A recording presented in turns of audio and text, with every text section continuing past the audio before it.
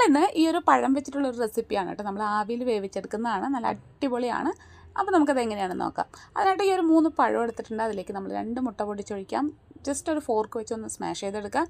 അതൊരു ബൗളിലേക്ക് മാറ്റി കൊടുക്കുന്നുണ്ട്. അതിലേക്ക് നമുക്ക് ഒരു 1/2 സ്പൂണ് വാനില എസൻസ് ചേർക്കാം. അതിലേക്ക് നമുക്ക് മധുരത്തിന് ആവശ്യമായ പഞ്ചസാര ചേർക്കാം.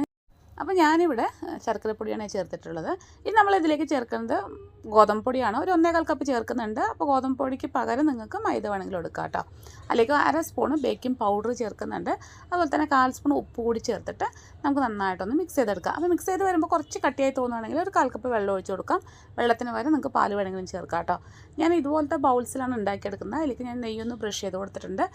അപ്പോൾ ഒരു 3/4 പാത്രം മാവ് ഒഴിച്ച് കൊടുത്തിട്ടുണ്ട്. എന്നിട്ട് നമുക്ക് ആവിയിൽ ഒന്ന് വേവിച്ചെടുക്കാം. ഇതിന് മുകളിൽ കുറച്ച് ബദാം ചോപ്പ് ചെയ്തും കിസ്മിസൊക്കെ ഇട്ട് കൊടുക്കുന്നുണ്ട്. എന്നിട്ട് അടച്ച് വെച്ച് ഒരു 20 മിനിറ്റ് കഴിയുമ്പോഴേക്കും നമ്മുടെ ഈ പലഹാരം റെഡിയാവും. നല്ല കിടിലൻ ടേസ്റ്റാണ് കേട്ടോ. ട്രൈ ചെയ്ത് നോക്കിയിട്ട് ഫീഡ്ബാക്ക് അറിയിക്കാൻ മറക്കരുത്. ഇഷ്ടമാവുകയാണെങ്കിൽ സപ്പോർട്ട് ചെയ്യണേ.